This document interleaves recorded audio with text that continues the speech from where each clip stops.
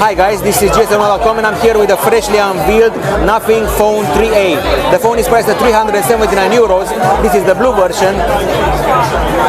We have a black version. And we have a white version. What's different when you compare the Nothing Phone 3A and the 3A Pro? They have the exact same specs minus the periscope camera and minus the front camera. That's it. Same processor, same screen, same battery, same RAM, same storage, same everything. Even the same body. Now I'm going to use the blue version. It measures 8.4 millimeters in thickness, just like the Pro version. Last year we had a Plus version for the Nothing Phone 2A. Now this year we're getting a Pro one. This is the non-Pro. And let's talk about the materials. Glass at the back side, glass at the front side. It's called Panda glass protection, this one here, while the back side has transparent glass so you can see the components. I have a metal frame here, it's aluminum, and an extra button is the AI button, which once pressed triggers various AI features. We also have circle to search if you keep pressed here. The design is totally flat, the screen is flat, the frame is flat, it helps with the grip. We don't have a protruding module like the Pro model. I would say that's pretty good. And the weight is lower, 201 grams compared to 211 like the other model had.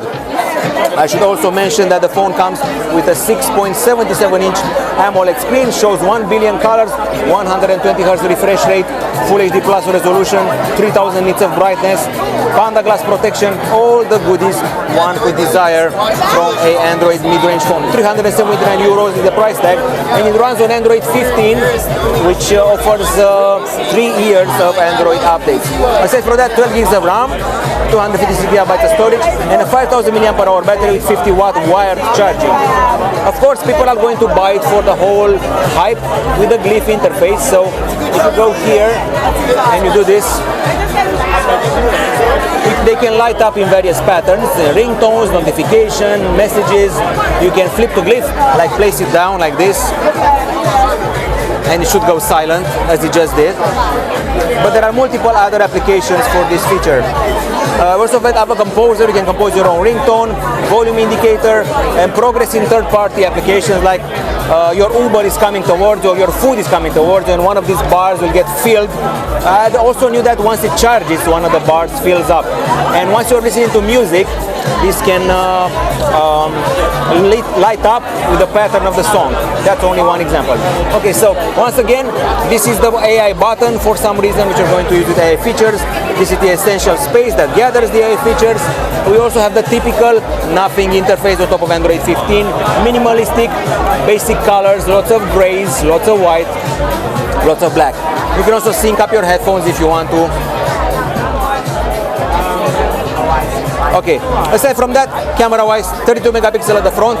The Pro version had a 50 megapixel camera with 4K. This is only Full HD. And at the back side here we find a 50 megapixel main camera with optical image stabilization, f1.9 aperture, 50 megapixel telephoto camera with 2x optical zoom and 25 centimeter close-up plus infinity zoom. Then we have the 8 megapixel ultra-wide camera with 1.12 micron pixels. This is the LED flash, but it's completed by these 3 extra flashes around it. If you go to the camera application, which is available here, you're going to see familiar options. We have slow-mo, time-lapse, panorama, and export.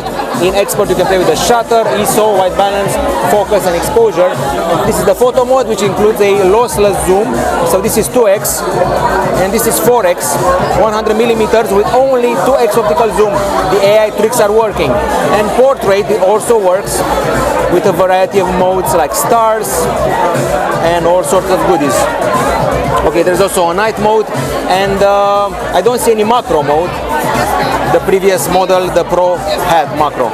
That's about it. I would say it's a better proposition, the 3A series, compared to the 2A budget-wise.